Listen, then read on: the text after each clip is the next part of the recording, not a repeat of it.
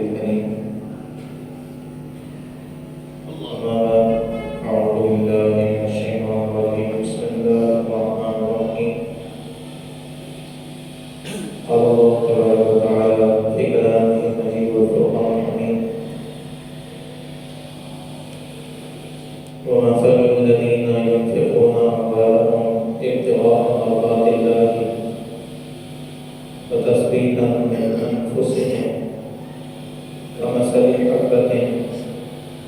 كمثل جنة بربوة أصابها وابل فآتت أكلها ضعفين فإن لم يصبها وابل فطل والله بما تعملون بصير. وإذ قال الله تبارك وتعالى في مقام آخر: قل أطيعوا الله والرسول فإن تولوا فإن الله لا يحب الكافرين. آمنت بالله صدق الله العظيم وبلغنا رسوله النبي الكريم ونحن على ذلك لمن الشاهدين والشاكرين والحمد لله رب العالمين. بارگاہ رسالت صلی اللہ تعالی علیہ وسلم نے محمد خلوص سے مرتبہ درود شریف پڑھیں: اللہم صلی علی سیدنا ومولانا محمد وعلی آل سیدنا ومولانا محمد وبارک وسلم صلاۃ و سلام علیک یا سیدی یا سیدی یا رسول اللہ. اللہ رب العزت کے لیے فضل و کرم اس کے بغیر قرآن مجید فرقان حمید میں دو آیتیں تلاوت کی ہیں. اللہ زبان ہے کوئی کی سعادت عطا فرمائے. قابل نظروں اللہ تعالیٰ ہم سب کو مغفرت ہونے کی توفیق رفیع عطا فرمائے. انسان کو جو کام کرنا چاہیے اخلاص سے کرنا چاہیے، ایک بات. دوسری بات یہ اللہ اور اس کے رسول کی پیروی کی جائے. دو آیتیں پڑھی ہیں اور ان دو آیتوں کے ماتحت چند حدیثیں آج کے درس میں بیان کریں گے. دعا کیجیے اللہ ہم سب کو عمل کی توفیق عطا فرمائے. ہمارے دلوں میں ایمان کی حرارت پیدا فرمائے، ایمان کی چاشنی، ایمان کی لذت عطا فرمائے. رمضان مبارک مہینہ بڑا قریب ہے اور انشاءاللہ اللہ نے چاہا تو ایک ہفتے کے بعد آئندہ جمعہ یہ ہفتے کو چاند کا امکان ہے، پھر اس کے بعد رمضان مبارک کا مہینہ شروع ہو جائے گا. اللہ پاک ہم سب کو رمضان تک پہنچنے کی سعادت عطا فرمائے. اللہم بلغنا اذا رمضان. سرکار بھی دعا فرمایا کرتے تھے الہی ہمیں رمضان تک پہنچا. اللہم بلغنا اذا رمضان. رمضان کا مہینہ ہم سب کو دیکھنا اللہ پاک نصیب فرمائے. جو بھی عمل کریں اللہ کی رضا کے لیے کریں. اخلاص اسی کو کہتے ہیں کہ بندہ کوئی کام کرے اللہ کی رضا کے لیے کرے. ریاکاری، دکھلاوا اس کا شبہ بھی نہ ہو. ایسا کام کریں گے یہاں سے کریں تو دوسرا آپ کو اس کی خبر بھی نہ ہو. بہت سے لوگوں کے اندر یہ سوچ پیدا ہو گئی ہے کہ جو دکھتا ہے وہ بکتا ہے، پھر اس کو دکھانا لازمی سمجھتے ہیں. تو ایسے لوگوں کو اپنے اعمال کی اصلاح بہت ضروری ہے. نیتوں کا حال اللہ رب العزت بہتر جانتا ہے. کس کی نیت میں کیا ہے، کس کی نیت میں کیا ہے، یہ ساری باتیں قیامت کے دن کھولی جا رہی ہوں. مصطفیٰ کریم کے بے شمار روایتیں حدیثیں موجود ہیں. سرکار نے فرمایا کہ جو بندہ دکھاوے کے لیے کوئی کام کرتا ہے اس کو حضور نے شرک اصغر سے تعبیر کیا. ایسے بندے کو معاذ اللہ مشرک کا کام کیا ہے. یہ شرک اصغر ہے، کسی کو دکھا کر کام کرنا. کام اللہ کے لیے ہو، اللہ پاک دیکھ لے تو اللہ اس کا اجر بھی دنیا میں عطا فرمائے گا. حضور نے یہ بھی فرمایا کہ جو کام میرے لیے کرتا ہے تو اس کی جزا بھی میں خود ہوتا ہوں. جیسے فرمایا صوم لی وانا اجزی بہ، روزہ میرے لیے میں ہی اس کا بدلہ ہوں. جو کام اللہ کے لیے کیا جائے تو اللہ اس کا بدلہ دیتا ہے، اس کو قبول کرتا ہے. اور جس کام میں ریاکاری ہو ایسا کام اللہ کی بارگاہ میں قبول نہیں ہو سکتا. آج اسی بات کو عنوان بنایا. اللہ کرے کہ ہمیں اخلاص عطا ہو جائے ہمارے اعمال میں، ہمارے کام میں. اللہ پاک کے اخلاص عطا فرمائے. ریاکاری دکھلاوے سے ہم سب کو محفوظ و مامون عطا فرمائے. آج جو آیت طیبہ پڑھی اس میں اللہ رب العزت نے ارشاد فرمایا: مثل الذین ينفقون اموالهم، ان لوگوں کی مثال انفق ينفق انفاق، اسی سے نکلا انفاق فی سبیل اللہ۔ کچھ ادارے بھی ہوتے ہیں جس کا نام ہے انفاق فی سبیل اللہ، اللہ کے راستے میں مال خرچ کرنا، اور اردو کی کتابوں میں بھی ہم نے پڑھا، ہمارے میٹرک کے اسلامیات میں بھی تھا انفاق فی سبیل اللہ، اللہ کے راستے میں پیسہ خرچ کرنا، مال خرچ کرنا۔ تو قرآن مجید میں اس کا حکم بھی دیا گیا ہے، مثل الذین ينفقون اموالهم، ان لوگوں کی مثال جو اپنا مال خرچ کرتے ہیں، اور مقصد کیا ہوتا ہے؟ ابتغاء مرضات اللہ، اللہ کی رضا حاصل کرنا ان کا مقصد ہوتا ہے۔ مال اس لیے خرچ کر رہے ہیں کہ اللہ کی رضا حاصل ہو جائے، دولت اس لیے خرچ کی، مسجدوں کی تعمیر کی اس لیے کی کہ اللہ راضی ہو جائے، رمضان میں بہت سے لوگ زکات نکالیں گے، فطرہ نکالیں گے، مقصد یہ ہونا چاہیے کہ اللہ کی رضا حاصل ہو جائے۔ یہ تو غریب کا ہم پر احسان ہے کہ وہ ہمارے مال کو قبول کر لیتا ہے۔ اگر وہ غریب ہمارا مال قبول نہ کرے تو پھر ہم کہاں جائیں، کس کو مال، اپنا مال کس کو دیں؟ مالوں کی زکات جو ہے وہ مالوں کا اتحاد سے دیکھا جائے میل ہے، میل کو چین ہے، وہ میل کون قبول کرے کہ جو غریب اللہ نے بنائے ہیں جو ہمارے مال کے میل کو قبول کر لیتا ہے، اور بالآخر ہمارے صدقہ اور زکات جو ہے ادا ہو جاتا ہے۔ مثل الذین، اور ان لوگوں کی مثال، ينفقون اموالهم، جو اپنا مال خرچ کرتے ہیں، ابتغاء مرضات اللہ، اللہ کی رضا حاصل کرنے کے لیے، وتثبیتا من انفسهم، اور اپنے جانوں کو مضبوط کرنے کے لیے، اپنے ایمان کو اور یقین کو کامل کرنے کے لیے۔ تو نیکی سے ایمان مضبوط ہوتی ہے، ایمان کامل ہوتی ہے، ایمان مضبوط ہوتی ہے نیکیاں کرنے سے، اللہ کے نام ہے مال خرچ کرنے سے ایمان مضبوط ہوتا ہے۔ وتثبیتا من انفسهم، اپنے جانوں کو، اپنے ایمان کو مضبوط کرنے کے لیے، اس کی بحدید کے لیے مال خرچ کرتے ہیں۔ کمثل جنت، تو ان لوگوں کی مثال جو پیسہ خرچ کر رہے ہیں باغ کی طرح، اور وہ باغ کہاں پر ہے؟ کمثل جنت، باغ کی طرح ہے، بربوۃ، وہ اونچائی کے مقام پر ایک باغ بنی ہوئی ہے، اونچے جگہ پر ایک باغ ہے، اصابھا وابل، اور اس کی مثال ایسی ہے کہ اس میں، اس باغ میں بلندی پر ہونے کی وجہ سے بارشیں پہنچتی ہیں، اصابھا وابل، اس پر بارش کے قطرے پہنچتے ہیں، فآتت اکلھا ضعفین، جب اس اونچی جگہ پر بارش کے قطرے پہنچتے ہیں تو اپنا پھل دگنا چگنا لے کر آتا ہے۔ نیکیوں کی مثال، اللہ کی رضا حاصل کرنے کے لیے مال خرچ کرنے کی مثال، ایک آدمی نے باغ لگائی اور وہ باغ اونچائی پر ہے، ایسی جگہ پر ہے جہاں بارش کا قطرہ اس کو مل جاتا ہے، جب بارش کا قطرہ ملتا ہے تو اس سے دگنا چگنا پھل پیدا ہونا شروع ہو جاتے ہیں۔ فآتت اکلھا ضعفین، دگنا چگنا وہ پھل لے کر آتی ہے۔ فإن لم يصبها وابل فطل، اگر اس میں بارش کے قطرے نہ بھی پہنچے تو اللہ فرماتا ہے اس کو شبنم ہی کافی ہے۔ جب چیز اونچی جگہ پر ہوتی ہے تو شبنم اس کو آسانی سے مل جاتا ہے، بارش کا پانی نہ بھی پہنچے تو شبنم سے ہی اس کا پھل نکلے گا۔ یہ ان لوگوں کی مثال ہے جو مال اللہ کی رضا کے لیے خرچ کرتے ہیں، اور جو مال ریاکاری کے لیے، دکھلاوے کے لیے خرچ کرتے ہیں تو ان کی مثال ایسی ہے کہ وہ چکنے زمین پر پودا لگا رہے ہیں، چکنے زمین پر پودا لگا رہے ہیں، اور چکنے زمین پر جب بارش کے قطرے گریں گے تو اس میں کوئی چیز ٹکے گی نہیں، وہ سب پھسل کر گر جائے گی، مطلب اس کی نیکیاں ساری کی ساری ضائع ہو جائیں گی۔ فرمایا واللہ بما تعملون بصیر، اللہ تعالیٰ تمہارے کاموں کو دیکھ رہا ہے، اس سے کوئی چیز پوشیدہ نہیں ہے۔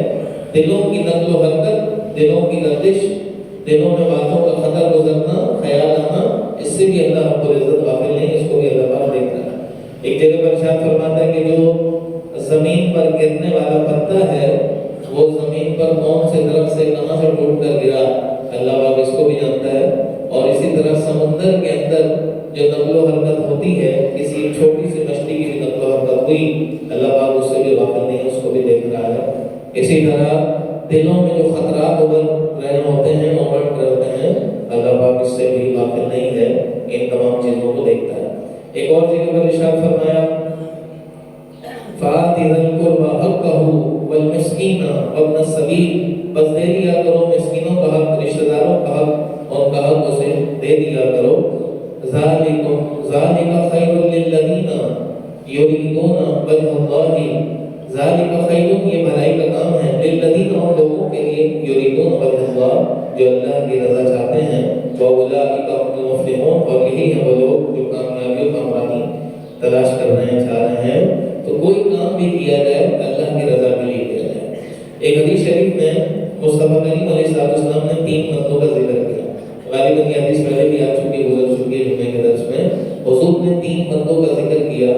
وہ جو کام کرتے تھے اللہ کی رضا کے لیے کرتے تھے۔ ہوا یہ جنگل سے گزر رہے تھے، بارش کا موسم تھا اور بارش کے پانی کے قطرے پڑنا شروع ہوئے، تو انہوں نے سوچا اپنے آپ کو کہیں چھپا دیا جائے۔ کہیں چھپنے کے لیے غار کے اندر چلے گئے۔ جب غار کے اندر چلے گئے تو بارش کی وجہ سے غار کا منہ اوپر سے بند ہو گیا، پہاڑ کے اوپر سے چٹان آ کر گرا اور غار کے اوپر آ کر بند ہو گیا۔ اب یہ تینوں کے تینوں اندر پھنسے میں بہت کوشش کرنے کے باوجود غار سے نکل نہیں پایا۔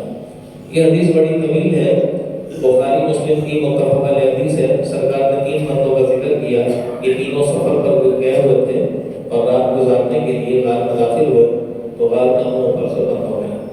دیکھیں کبھی کبھی ایسا ہوتا ہے نا کہ ہم کسی مصیبت میں پھنسے ہوتے ہیں تو اچانک سے وہ مصیبت حل ہو جاتی ہے، ہم کہتے ہیں کہ یار کوئی نیکی کام آ گئی، کوئی نیکی کام آ گئی۔ ایسا ہوتا ہے، بالکل نیکیاں کام آ جاتی ہیں اور نیکیوں کے وسیلے سے دعا کی جائے تو اللہ پاک قبول بھی فرما لیتا ہے۔ جو چیز اللہ کی بارگاہ میں مقبول ہو اس کا وسیلہ پیش کیا جا سکتا ہے۔ ہماری نیکی اللہ کے بارگاہ میں کوئی ایسی نیکی جو مقبول ہو گئی، اس کی وسیلے سے دعا کی تو اللہ قبول فرمائے۔ بخاری اور مسلم کے متفق علیہ حدیث موجود ہے۔ اسی طرح اللہ کے نیک بندے جو اللہ کے بارگاہ میں مقبول ہی مقبول ہیں، ان کے وسیلے سے دعا کی جائے تو اللہ قبول فرما لیتا ہے۔ اسی طرح ہم اپنے دعاؤں میں سرکار کا وسیلہ، سرکار کا واسطہ پیش کرتے ہیں تو اس حدیث شریف کی روح سے جو چیز اللہ کی بارگاہ میں قابل قبول ہو اس چیز کے وسیلے سے دعا کی جائے تو قبول ہو جاتی ہے۔ جب نیکی اللہ نے قبول کی، اس کے وسیلے سے دعائیں قبول ہو گئی تو مصطفیٰ جان رحمت کی ذات اللہ کی بارگاہ میں مقبول ہی مقبول ہے، قبول ہی قبول ہے۔ آپ کے وسیلے سے دعا کی جائے گی تو دعا ضرور قبول ہو جائے گی۔ تو یہ ہمارا عقیدہ ہے، اس لیے ہم اپنی دعاؤں میں مصطفیٰ جان رحمت کا وسیلہ پیش کرتے ہیں اور اللہ پاک سرکار کے وسیلے سے ہماری دعاؤں کو قبول فرما لیتا ہے۔ یہ ہمارا عقیدہ نظریہ، اور بخاری اور مسلم کی حدیثوں سے یہ ثابت ہے کہ اعمال کا وسیلہ پیش کیا جا سکتا ہے۔ ہمارے علماء نے لکھا جب اعمال صالح کا وسیلہ اللہ کی بارگاہ میں مقبول ہو جاتا ہے تو نیک صالح کا بھی وسیلہ اللہ کے بارگاہ میں قابل قبول ہے، قبول ہو جاتا ہے۔ اب وہ تینوں افراد اس غار کے اندر بند ہیں اور ایک دوسرے کو دیکھتے ہیں اور کہتے ہیں کہ اس سے نکلنا ممکن نہیں ہے۔ طاقت لگانے کے باوجود پتہ چلا کہ وہ غار کے اوپر جو پتھر آ کر گرا بہت بھاری ہے، بس نہیں ہم سے ہٹتا۔ بہت کوشش کی ہم نہ ہٹا سکے، پھر بلاخر ہم نے کہا چلو ایسا کرتے ہیں، اپنے اعمال صالحہ کے وسیلے سے بارگاہ خداوندی میں دعا کرتے ہیں، جس کی دعا اللہ قبول فرمائے گا اس کی وجہ سے پتھر ہٹ جائے گا اور ہم سب باہر نکل جائیں گے۔ اب یہ غار کے اندر بیٹھے اللہ سے دعا کرنے لگے۔ ان میں سے ایک نے عرض کیا، اے پروردگار، میرے ماں باپ بہت عمر رسیدہ تھے، بوڑھے تھے، ماں باپ بہت زیادہ ضعیف ہو گئے تھے اور میں اپنے عیال کو بعد میں دیکھتا تھا، پہلے اپنے ماں باپ کی خدمت کرتا تھا، بکریاں چراتا، بکریاں چرانے کے بعد شام کو جب گھر واپس لوٹتا ان بکریوں سے دودھ نکالتا اور دودھ نکالنے کے بعد سب سے پہلے اپنے ماں باپ کو پلاتا، ان کی خدمت کرتا، حتیٰ کہ ان کے عیال یعنی میرے گھر والے انتظار میں ہوتے تو میں ماں باپ کی خدمت کرنے کے بعد اپنے عیال کے پاس جاتا، اپنے بال بچوں کو بکری کا دودھ پلاتا، پھر ان کے ساتھ رات گزارتا، سوتا، بچوں کو سلاتا۔ ایک دن ایسا ہوا، رات زیادہ ہو گئی، میں جب گھر آیا تو میرے والدین جو تھے ان کو بیدار کرنا میں نے گوارا نہ کیا، سو گئے۔ میں رات کھڑا رہا، حتیٰ کہ حدیث میں حضور نے فرمایا کہ اس کے بچے اس کے پاس آ کر انتظار کرنے لگے کہ میرا والد مجھے دودھ پلائے گا۔ بچے بھی انتظار میں سو گئے اور اس کی والدہ بھی انتظار میں سو گئی۔ اب یہ صاحب ہاتھ میں دودھ لے کر انتظار کرتے رہے کہ میری والدہ جاگے گی تو میں اپنے والدہ کو دودھ پلاؤں۔ رات گزر گئی، جب صبح قریب ہوئی تو والدہ کی آنکھ کھلی اور والدہ نے پوچھا کہ بیٹا کیا تو ساری رات یہاں کھڑا تھا؟ تو کہنے لگے ہاں میں ساری رات اس انتظار میں کھڑا تھا کہ تم جاگو گی تو دودھ مانگو گی۔ تو میں اسی طرح رات گزار دی میں نے۔ اس کی ماں اللہ سے دعا کرتی ہے کہ مولا میرے بیٹے کی عزت میں اضافہ فرما، ساری رات یہ میرے انتظار میں کھڑا رہا تو اس کو کہیں پریشانی میں مبتلا نہ فرمانا۔ اب یہ قید خانے میں اس غار کے اندر اللہ سے دعا کر رہا ہے، مولا یہ کام میں نے صرف تیری رضا کے لیے کیا۔ اخلاص اس کو کہتے ہیں نا، ماں کی بھی خدمت کر رہا تو اللہ کی رضا کے لیے، باپ کی بھی خدمت کر رہا تو اللہ کی رضا کے لیے۔ رشتہ داریوں میں جو ایک دوسرے کا حق ہم ادا کرتے ہیں نا، اس کا اصل نقطہ نظر یہ ہے کہ اس سے اللہ راضی ہوگا۔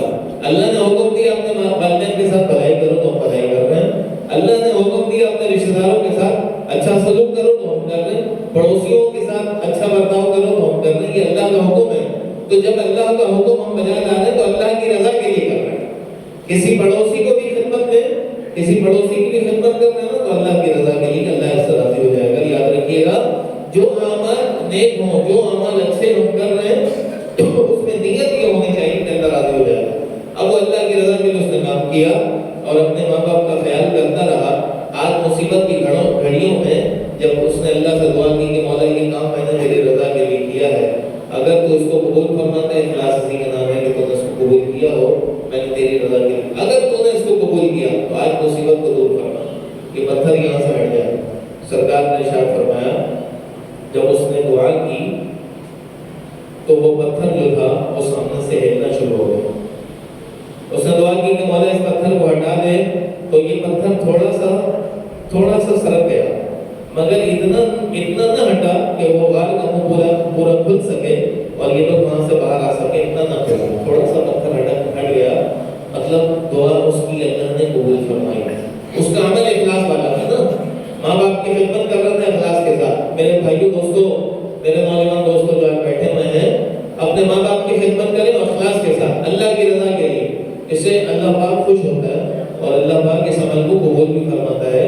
اور قبولیت کی سند یہاں مصطفیٰ نے رحمت دی اپنی حدیث شریف میں۔ پھر سرکار نے فرمایا، دوسرے نے اللہ کی بارگاہ میں دعا شروع کی، اے باری الہ، میرے پاس میری چچا زاد بہن، چچا کی بیٹی آئی جو مجھے بہت بھاتی تھی، میں اسے پسند کرتا تھا۔ میں نے کئی بار سوچا کہ اس سے اپنے نفس کی خواہش کو پورا کروں، لیکن میں اس پر غلبہ نہیں پا سکتا۔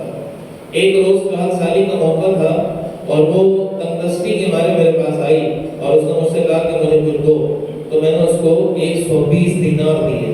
حدیث شریف کے پاس 120 دینار سونے کا سکہ ہوتا ہے، 120 دینار دیے، اس شرط پر دیے کہ میں اس سے جو ارادہ کروں اس پر تو مجھے قابو دے، منع نہ کرنا۔ معاذ اللہ اس نے گناہ کا ارادہ کیا، اپنی بھوپی ذات بہن سے، چچی ذات بہن سے گناہ کا ارادہ کیا۔ جب وہ اس کے قریب ہوا تو کہنے لگی اللہ سے ڈر، اللہ سے ڈر، وہ رب جو تجھے اور مجھے دیکھ رہا ہے، جو تیرے اور میرے بیچ میں حائل ہے، اس سے ڈر۔ وہ پوشیدہ طور پر بھی، پوشیدہ جگہ پر بھی ہمارے اور تمہارے درمیان ہے، وہ تمہیں اور ہمیں دیکھ رہا ہے، اللہ سے ڈر۔ تو کہتا ہے کہ میرے جسم میں کبھی داری ہو گئی، مجھے اللہ کا ڈر پیدا ہو گیا، میں اس کے سامنے سے ہٹ گیا اور اس کو جانے دیا، حتیٰ کہ جو پیسے میں نے اس کو دیے تھے وہ بھی اس سے قبول نہ کیے۔ اب ہار میں بند ہے اور ہار میں اللہ سے دعا کر رہا ہے کہ مولا میں نے جو گناہوں سے توبہ کی، اجتناب کیا، گناہوں سے بچنا بھی نہیں کیا، گناہ کے کام سے بچ جانا بھی نہیں کیا، مولا میں جو گناہ کے کام سے بچ گیا، یہ نیکی تیری رضا کے لیے کی ہے، اگر تو اسے قبول کرتا ہے تو غار کا منہ کھول دے اور ہمیں اس سے نجات عطا فرما۔ وہ غار سے پتھر پھر ہٹنا شروع ہوا اور مزید ہٹ گیا، اتنی جگہ نہ بنی کہ یہ نکل سکے، لیکن جگہ کافی بن گئی۔ تیسرے کی باری تھی، سرکار دو عالم صلی اللہ علیہ وسلم نے ارشاد فرمایا، تیسرا شخص اس طرح دعا کرنے لگا، اے ہمارے پالنے والے، بے شک میں نے ایک دفعہ چند مزدور کام پر لگائے اور ان میں سے ایک مزدور نے مزدوری کی لیکن اجرت نہ لی۔ سارا دن کام کاج کیا، غریب شخص ہے، سارا دن کام کاج کیا لیکن اس نے اجرت نہ لی۔ کئی روز کے بعد جب وہ چلا گیا، میں اسے ڈھونڈتا رہا، ڈھونڈنے کے باوجود نہ ملا۔ میں نے اس کی مزدوری جمع کر رکھی اور اس سے ایک بکری کا بچہ خریدا۔ پھر اس کے بعد یہ ہوا کہ اس بکری میں بڑھوتری ہو گئی، کئی بکریاں ہو گئیں، کئی بکریاں۔ پھر اچانک ایک روز وہ میرے پاس آیا اور مجھ سے کہنے لگا کہ میری ایک دن کی مزدوری آپ کے پاس ہے، وہ مجھے دے دیں۔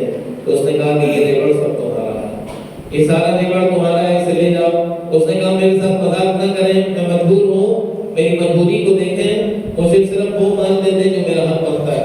اس نے کہا یہ سب کچھ تمہارا ہے، تمہاری روزی میں اللہ نے برکت دی، میں نے اسے پالا پوسا، یہ سب تمہارا ہے۔ وہ لے کر جانے لگا اور اللہ سے دعائیں کرتا تھا، اللہ سے دعا کرتا تھا۔ جس نے کسی مسلمان کا دل خوش کیا نا، اللہ پاک اس کا دل بھی خوش کرتا ہے۔ ہم ایک دوسرے کے لیے دل کی خوشی کا سبب بنیں۔ رمضان کا مہینہ آنے والا ہے، کسی کا دل خوش کریں، اللہ پاک آپ کا دل خوش ہو۔ کتنے مجبور، کتنے مصیبت زدہ پریشان لوگ ہوں گے جو رمضان میں اپنے بچوں کے لیے اچھے کپڑے بھی نہیں سلا سکتے ہوں گے، ایسے مجبور لوگ آپ کو مل جائیں گے۔ تحقیق کر لیں، دیکھ لیں، کچھ ایسے بھی ہوتے ہیں جو 2 نمبریاں کرتے ہیں،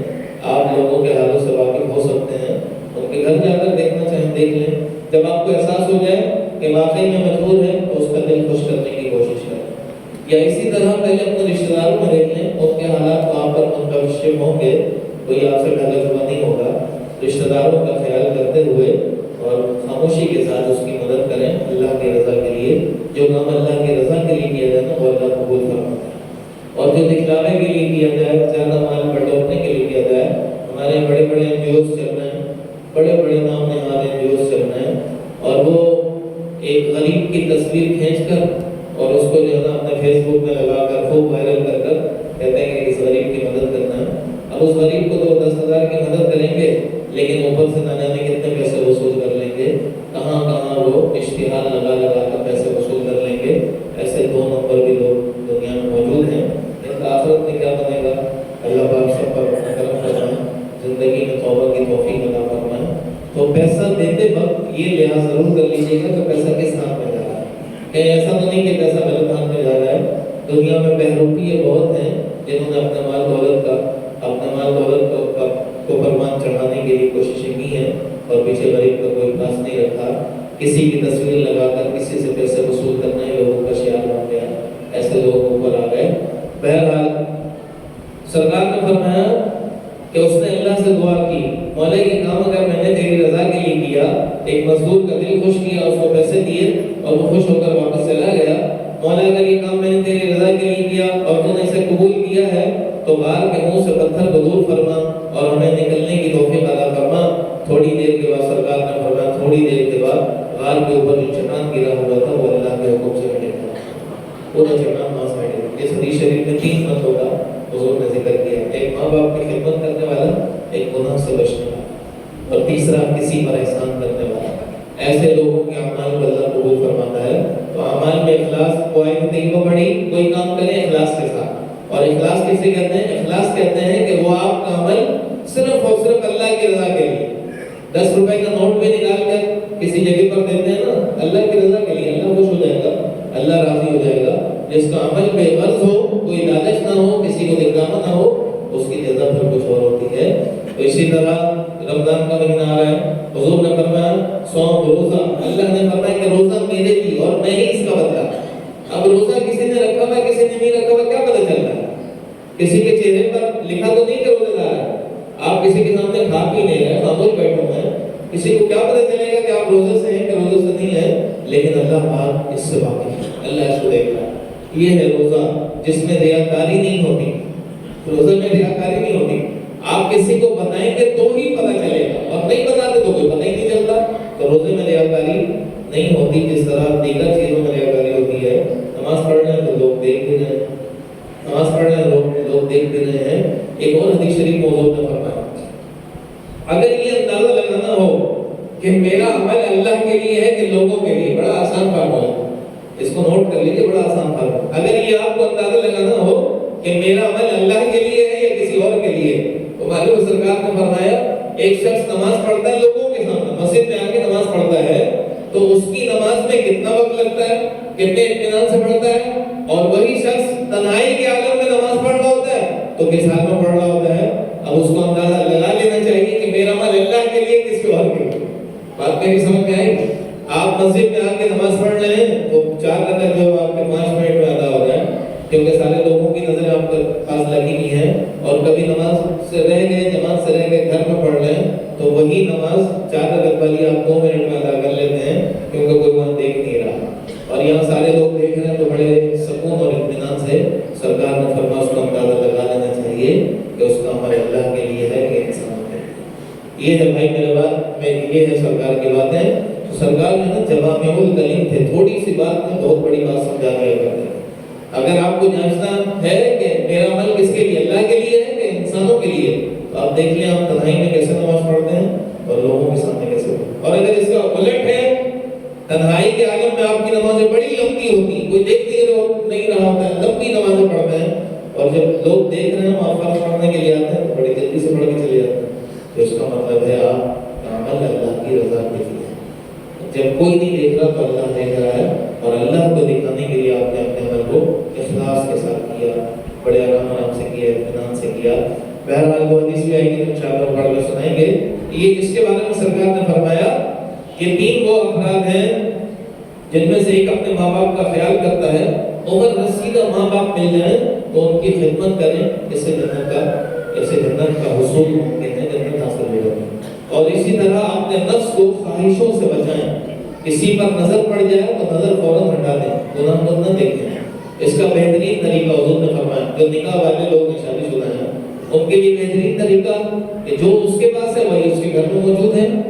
کہیں نظر پڑ گئی تو فوراً اپنے نگاہ کو بچا کر اپنے گھر میں چلے جائے اور گھر والی سے ملاقات کر لے، تو اس سے یہ ہوگا کہ گناہوں سے محفوظ رہے گا۔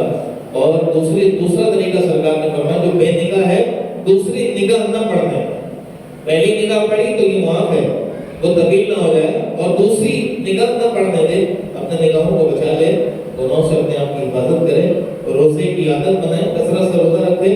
کثرت سے روزہ قاطع شہوت ہے، شہوتوں کو ختم کر دیتا ہے۔ اپنے لیے نکاح کا انتظام لازمی کرے، نکاح سے منہ نہ موڑے۔ پھر تیسرے بندے کے بارے میں حضور نے فرمایا کہ وہ شخص تھا جو کسی کی مزدوری نہیں مانتا تھا، غریبوں پر احسان کرتا تھا۔ سرکار کی حدیث موجود ہے، سرکار نے فرمایا کہ مزدور کی مزدوری کو اس کے پسینے سوکھنے سے پہلے دے دو۔ ایک مزدور سے آپ نے کام کروایا، شام ہونے سے پہلے اس کے ہاتھ میں آپ نے پیسے رکھ دیے، تو آپ نے بہت بڑا کام کیا، سرکار کی حدیث پر آپ نے عمل کیا۔ حضور نے فرمایا مزدور کی مزدوری اس کا پسینہ سوکھنے سے پہلے ادا کرتے ہیں۔ اور اگر نہیں سمجھ میں آتی بات تو ایک دن ذرا اس کے ساتھ مزدوری کر دیکھ لیں، پھر آپ کو سمجھ میں آ جائے گی کہ مزدوری میں کتنی مشقت ہے، جسم میں کیا تکلیف محسوس ہوتی ہے، اور وہ مزدور جس نے آپ کے گھر مزدوری کی کیسے مشقت سے کام کیا۔ جو کام کریں اللہ کی رضا کے لیے کریں۔ ایک اور حدیث شریف آپ کو سناتا ہوں، حضور علیہ السلام نے ان لوگوں کا ذکر کیا جو اپنا کام دکھلاوے کے لیے کرتے ہیں، ریاکاری، دکھلاوے کے لیے۔ بڑی طویل حدیث ہے یہ حدیث، حضرت ابو ہریرہ رضی اللہ عنہ نے آگے بیان کی، اور جب ابو ہریرہ اس حدیث کو بیان کرتے تھے نا تو بیان کرتے کرتے بے ہوش ہو جاتے تھے، بیان کرتے کرتے بے ہوش ہو جاتے تھے۔ حضرت ابو ہریرہ رضی اللہ تعالیٰ عنہ کا ایک شخص نے ہاتھ پکڑا اور ہاتھ پکڑ کے کہا، اے ابو ہریرہ، آپ نے سرکار کے ساتھ زندگی گزاری ہے، آپ نے وقت گزاری ہے حضور کے ساتھ ساتھ، ہمیں کوئی عجیب و غریب بات بتائیے جو ہم نے پہلے نہ سنی۔ حضرت ابو ہریرہ نے کہا کہ ہاں میں تمہیں ضرور سناؤں گا۔ میں نے حضور کے ساتھ وقت گزارا، بہت عرصہ لگایا، سرکار کے ساتھ رہا، سفر میں، حضر میں، دن میں، رات میں، جب موقع ملتا حضور کے پاس بیٹھا رہتا۔ اچھا جیسے جیسے وقت گزرتا گیا نا، بڑے اس کو توجہ سمجھیے گا، سرکار کا زمانہ گزرا، صحابہ کرام کا زمانہ، اس کے بعد تابعین اور تبع تابعین کا زمانہ آنا شروع ہو گیا۔ تو جیسے جیسے وقت گزرتا گیا، بعد والے جو آنے والے لوگ تھے نا وہ اپنے پیچھے والوں کی قدر کرتے تھے، صحابہ کرام کی بڑی عزت ہوتی تھی، حتیٰ کہ جس زمانے میں سرکار کے وصال کے بعد بدری جو صحابی تھے نا، جنہوں نے بدر میں جنگ بدر میں حصہ لیا تھا، تو ان صحابیوں کو بزرگ کہا جاتا تھا، بزرگ صحابی، کہ یہ غزوہ بدر میں سرکار کے ساتھ تھے، اور غزوہ بدر وہ معرکہ جس میں فرشتے اتر رہے تھے اور یہ سرکار کے ساتھ تھے، 313 تھے اور ہزاروں کے لشکر میں غالب آ گئے، تو ان کا بڑا چرچا ہوا کرتا تھا، لوگ ان کو بڑی عزت کی نگاہ سے دیکھتے تھے۔ پھر آہستہ آہستہ ان کا انتقال ہوا، ان کے بعد والے صحابہ، ان کی عزت ہونے لگی۔ اب جو آخری زمانہ چل رہا اور صحابہ کے نام انتقال فرما رہے ہیں، چند صحابی رہ گئے، تو ان چند صحابی کو بعد والے لوگ بڑی قدر کی نگاہ سے دیکھتے ہیں، یہ صحابی ہیں، یہ صحابی ہیں، انہوں نے حضور سے ملاقات کی ہے۔ بس یہ ایک شخص تھا کہ انہوں نے حضور کو اپنے آنکھوں سے دیکھا۔ اللہ، ہر کوئی ان کی عزت کرتا، ان کو اپنے پاس بلاتا، بیٹھاتا، ان کی دعوتیں کی جاتی، صرف اس لیے کہ وہ صحابی تھے، سرکار کو دیکھا تھا۔ تو بعد والے لوگ اس طرح سے مشتاق ہوا کرتے تھے، ان کے دل میں اشتیاق پیدا ہوتا، یہ صحابی جا رہے ہیں، انہوں نے سرکار کو دیکھا تھا۔ اللہ، بس ایک بات ان کے لیے بہت بڑی ہوتی تھی۔ تو اسی طرح حضرت ابو ہریرہ بڑھاپے کے عالم میں ہیں اور بعد والے لوگ آپ کی عزت کرتے اس لیے کہ انہوں نے سرکار کو دیکھا۔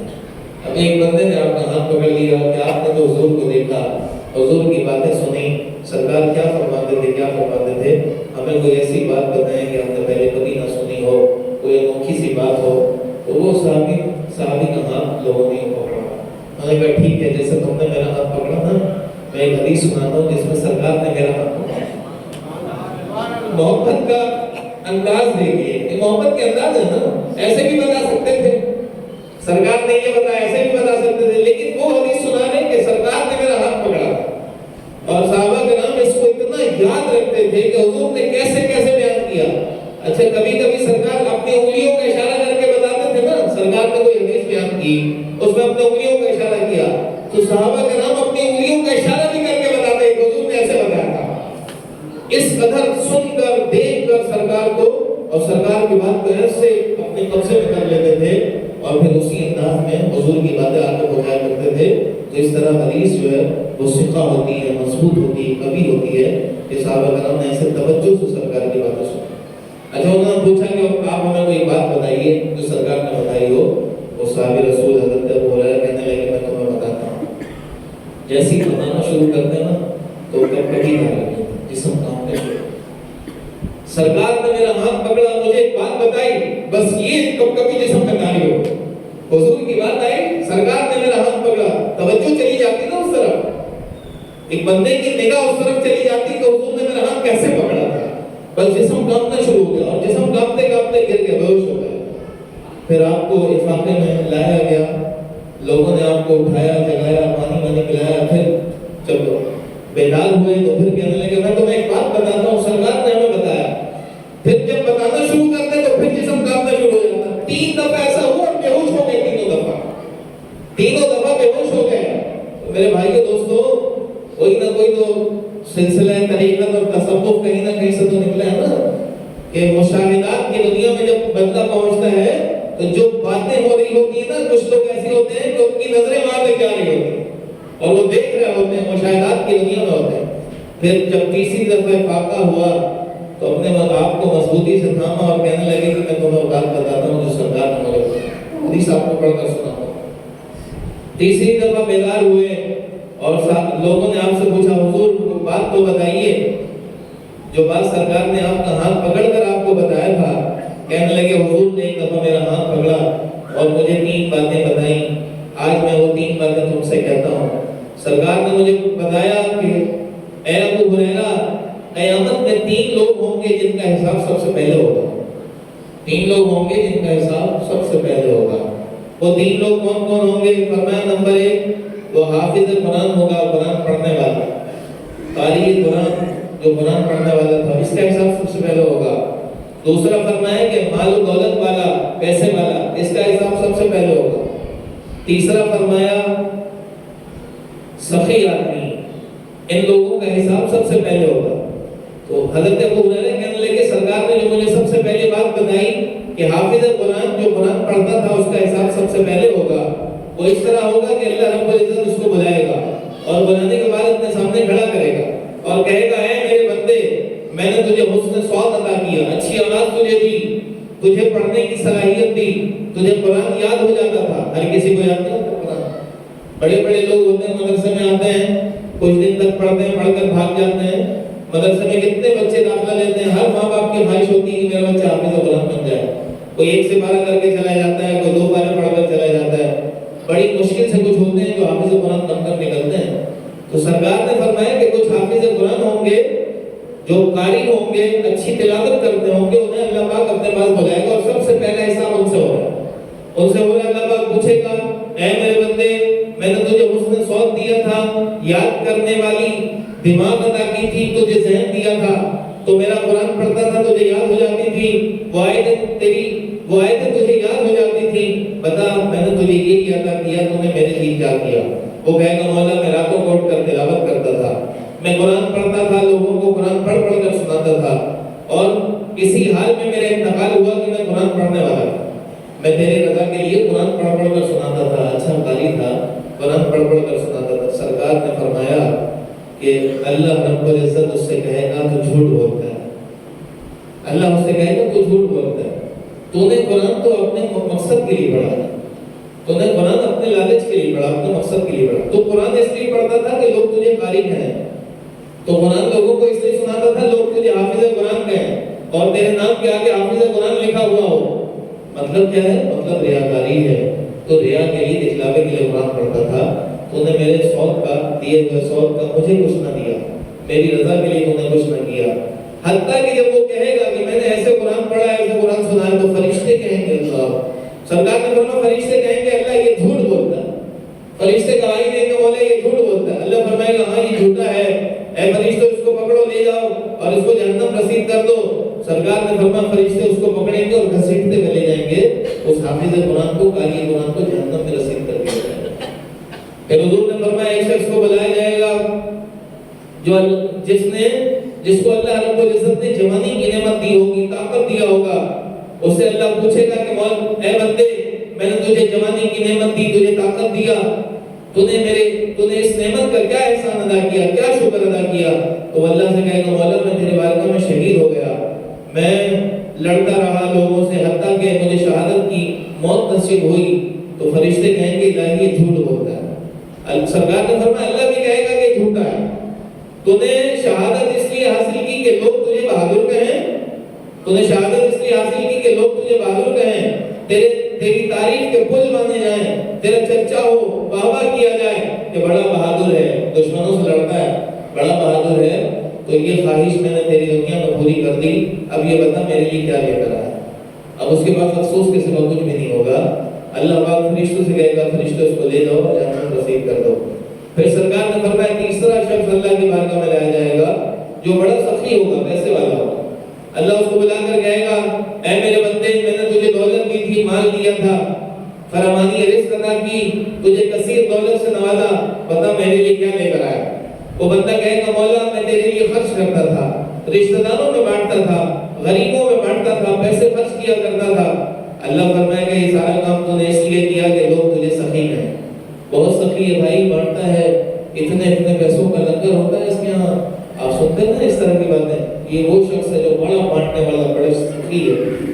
یہ اللہ فرمائے گا یہ شوق تو میں نے تیری دنیا میں پوری کر دی، تو پیسے خرچ کرتا تھا، لوگ تجھے سخی کہتے تھے، تو لوگوں کو بانٹتا تھا، لوگ تیری تعریف کے پل باندھتے تھے، یہ ساری خواہش میں نے تیری دنیا میں پوری کر دی، اب پتہ میرے لیے کیا لے کر آیا؟ وہ اللہ سے نادم ہوگا۔ اللہ فرشتوں سے کہے گا فرشتوں اس کو لے جاؤ جہنم میں داخل کر دو۔ اس تینوں شخص کو اللہ پاک جہنم میں داخل کر دے گا۔ میرے بھائیو دوستو، بڑی خطرناک باتیں ہیں۔ مطلب اس کا یہ ہوا جو عمل کرے اللہ کی رضا کے لیے کرے۔ ایک 10 کا نوٹ بھی خرچ کرتے ہیں تو اللہ کی رضا کے لیے، اللہ نے آپ کو حسن صوت دی، آواز اچھی دی ہے تو اللہ کا شکر ادا کیجئے، اور جو کام کریں نعتیں بھی پڑھیں نا تو اللہ کی رضا کے لیے۔ یہ مقصد نہ ہو کہ نعت خوانی میں بھی پیسے ملیں گے، یہ مقصد نہ ہو۔ قرآن کی تلاوت سناؤں گا تو پیسے ملیں گے، حافظ قرآن کی تلاوت سنائے گا رمضان المبارک میں، نیت یہ کہیں پر بھی نہ کریں کہ اس سے پیسے کا ذریعہ بن جائے گا۔ نیت اللہ کی رضا ہو، پیسے جو نصیب میں ہو تو مل کر رہیں، وہ کہیں نہیں ہیں۔ جو نصیب میں پیسے اللہ نے آپ کے لکھے ہیں وہ تو مل کر رہیں گے۔ تو ایسے حافظ قرآن جو طلبہ ہوتے ہیں ان کی نصیحت کے لیے حدیث بہت ضروری ہے۔ ایک اور حدیث میں حضور نے فرمایا کہ جب اللہ رب العزت کسی بندے کو بلند کرے گا قیامت میں، اللہ بلند فرمائے اس کو بلند کیا جائے، بلند کیا جائے، حتیٰ کہ بلند ہوتے ہوتے ہوتے ہوتے جنت کے دروازے تک پہنچے، اور جنت کے دروازے کو جب دیکھے گا تو دروازہ اس کو دکھ رہا ہوگا، جنت کا دروازہ کھولا جائے گا تو اندر کے سارے نظارے اس کو ہو رہے ہوں گے، اندر جنت کی باغات اس کو دکھ رہے ہوں گے، ہر چیزیں دکھ رہی ہوں گی، بڑا خواہش اس کے اندر بڑھے گا کہ میں جاؤں جنت میں داخل ہو جاؤں۔ اللہ فرمائے گا فرشتوں دروازہ بند کر دو، اس کے لیے دروازہ بند کر دیا جائے، اس کو اللہ فرمائے گا نیچے لے جاؤ، واپس لے جاؤ۔ اب اس بندے کو واپس لے کر جایا جائے گا اور اللہ فرمائے گا اس کو لے جا کر جہنم رسید کر دو۔ پھر یہ اللہ سے پوچھے گا مولا یہ کیوں، یہ کیوں؟ میں نے تو دنیا میں بڑی نیکیاں کی۔ تو اللہ فرمائے گا مجھ سے ڈھکا چھپا کچھ نہیں ہے، تو نیکی لوگوں کو دکھلانے کے لیے کیا کرتا تھا۔ اسی روز جب تو نے نیکی کی اور لوگوں کو دکھلانے کے لیے، میں نے ارادہ کر لیا تھا کہ میں جنت ضرور بناؤں گا لیکن اس کو دکھلانے کے لیے۔ میں نے جنت تجھے دکھلا دی ہے، تو نے نیکیاں دکھلانے کے لیے کی، میں نے جنت تجھے دکھلانے کے لیے بنایا، تیرا جنت سے کوئی واسطہ نہیں ہے، واپس چلا جا۔ اب وہ کہے گا مولا مجھے لالچ بڑھ گئی ہے، جنت دیکھنے کے بعد طلب بڑھ گئی ہے۔ اللہ فرمائے گا ہم چاہتے ہیں کہ ہمیشہ کے لیے تجھے افسوس رہے، تجھے افسوس رہے ہمیشہ کے لیے۔ میرے بھائیو دوستو، ابھی رمضان کا مہینہ آ رہا ہے نا، بہت سے لوگوں کو دل میں تمنا ہوگی کہ ہم اللہ کے راہ میں خرچ کریں، اخلاص کو تھام کر رکھیں، مضبوطی کے ساتھ تھام کر، ریاکاری نہیں آنے دیجیے، دکھلاوا نہیں، جو کام کریں اللہ کی رضا کریں کے لیے کریں۔ کہیں آپ کا نام لکھا جائے، آپ نے مسجد کی تعمیر کی، آپ کے نام کی تختی لگ جائے، بھائی تختی لگانے کی ضرورت کیا ہے؟ جس کے لیے پیسہ خرچ کیا وہ تو دیکھ رہا ہے نا، وہ تو دیکھ رہا ہے۔ رمضان المبارک میں پیسے دیے، میرا نام آنا چاہیے، اعلان ہو کہ فلاں بندے نے اتنا پیسہ دیا ہے۔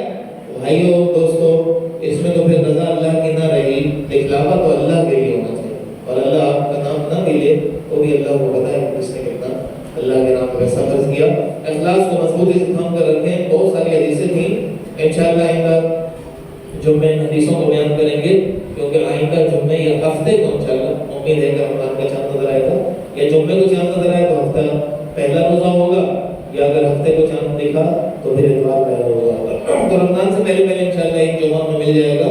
اس یہ حدیثیں جو آج میں نے مکمل نہیں بیان کی، انشاءاللہ ان درس میں مکمل کریں گے. اللہ سے دعا کیجیے کہ اللہ پاک ہر کام اپنی رضا کے لیے کرنے کی توفیق عطا فرمائے. ہم سے آپ سے سب سے اللہ پاک راضی ہو جائے. ریاکاری اور دکھلاوے سے اللہ پاک اس نحوست سے ہم سب کی حفاظت